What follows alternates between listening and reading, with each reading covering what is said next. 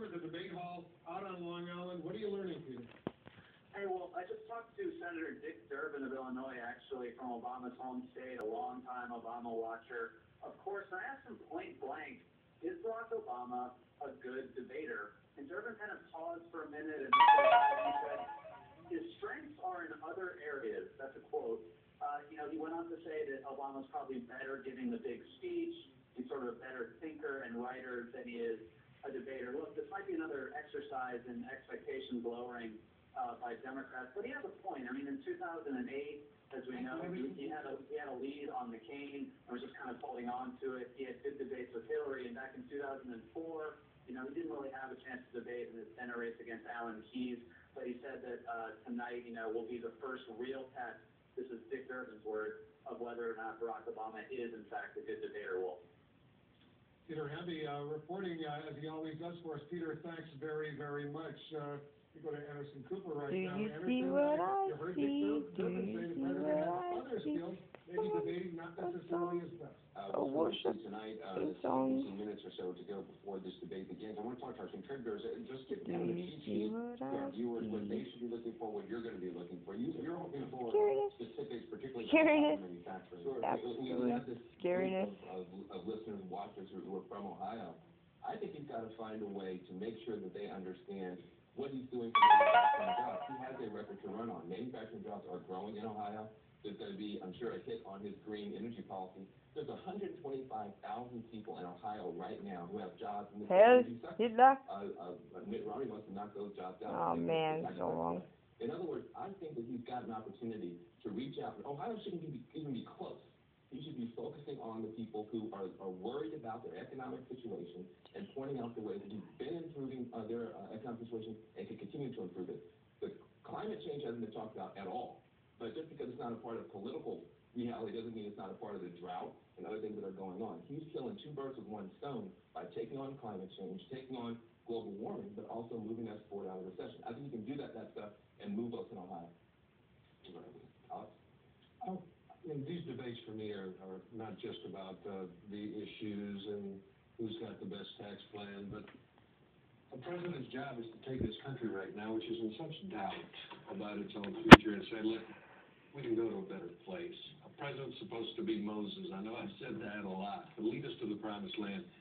Who inspires us tonight? Who shows us a better path to the future? Who says, look, we don't, does Mitt Romney say, look, Barack Obama's done the best that he can? But it's not the best we can do. Does he try to take us to a better place? I want to go to Didi and Aria mode, but I just want to check in with our Mark Preston, who told us some information. Mark, what do you just heard?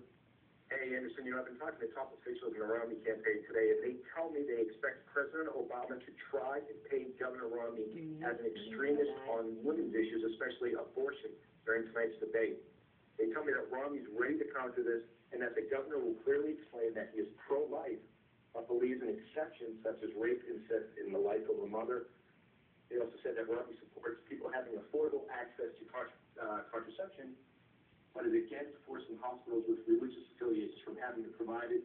And as you know, Anderson, this fight over the women's vote could very well decide the election. No, Mark Preston, appreciate that call. Didi and Art? I certainly agree with Alex that elections are about the future, and so I think the job number one for President Obama is to talk about the future and what kind of America is he going to lead, both in terms of the themes and the vision, as well as some of the program stuff. His plan to create 1 million new jobs that's been blocked in the Republican Congress.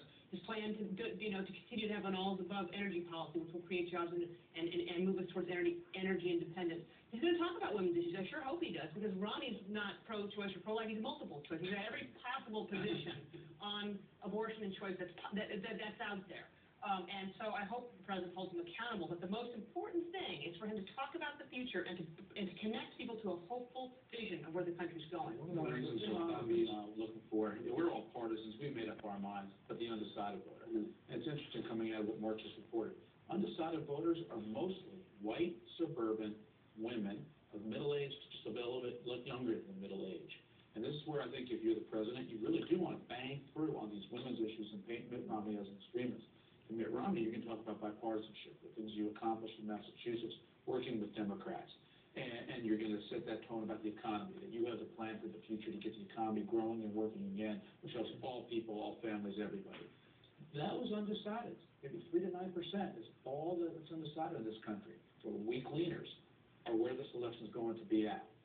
Look at through the eyes of The president has been losing support with women since the first debate. And the president's strategy of treating women as a collection of reproductive parts and not participants in the economy has not been working for him. If he just goes to that narrower strategy, it's not going to help him. We're going to have more from our contributors in a moment. I just want to take you into the hall. The First Lady and Ann Romney are about to be introduced. It's Soledad O'Brien. Soledad?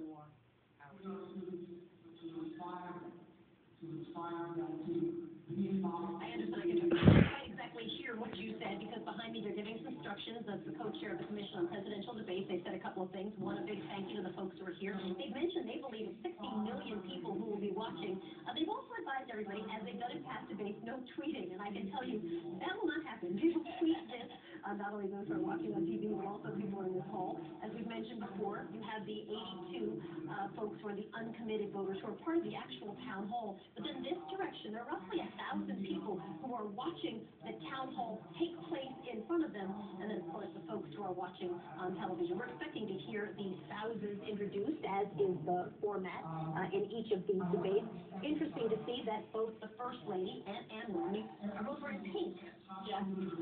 We're saying that we're women of substance, so we know they are as well. And so it's okay to observe that that might be a little bit awkward because they are wearing hot pink, the same exact color. Well, and you know, pink, as we know, is sort of the color of women. And so we've been talking all night about the fact that there's going to be a big outreach by both the President and Mitt Romney to women and citizens like that. Certainly, practically speaking, you want to look different. When they take the cutaway shot, you want to make sure that you look a little bit different than, obviously, the other candidate and the other candidate's wife.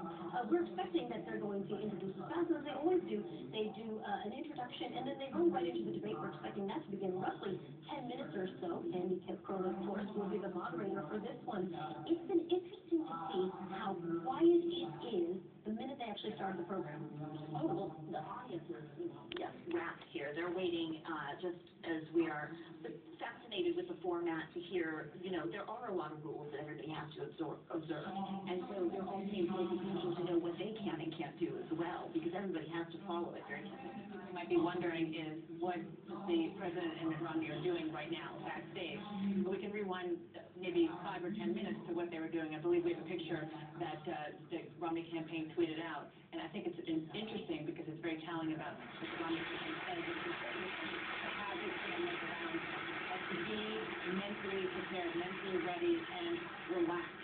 And he has all 5 sons here with him. 2 of the sons, Josh and Ben, are going to be actually in the audience, and of course he has his wife. And before the first debate, I was told by several Romney officials that one of the things that they do before every big event, particularly debate, is right before they separate, they pray. They're getting into this right now. I know he had a question for you guys. I think the First Ladies are being introduced right now, Soledad. Let's watch as they introduce the First Lady, obviously the First Lady, Michelle Obama, and the First Lady wannabe, Ann Romney. They are both in the hall. And then our own Candy Crowley will be introduced, the moderator. I think she's going to have a few words to say as well before this debate begins. I'm anxious to hear what Candy has to say. There will be some more preliminaries. We're getting closer and closer and closer. Jessica, a quick question to you, if you can hear me. I think you can. The First Lady, Michelle Obama, she seems to be a little bit more nervous than Ann Romney is in these kinds of formats. Maybe you guys could discuss that. Well, she does say that this makes her incredibly uncomfortable, these kinds of settings, because she pays an enormous amount of attention to the fact that she is being watched, that the camera could be on her at any moment, and that there are things she knows she should be doing, shouldn't be doing, and she said she feels like a mother watching her child on the balance beam. She's watching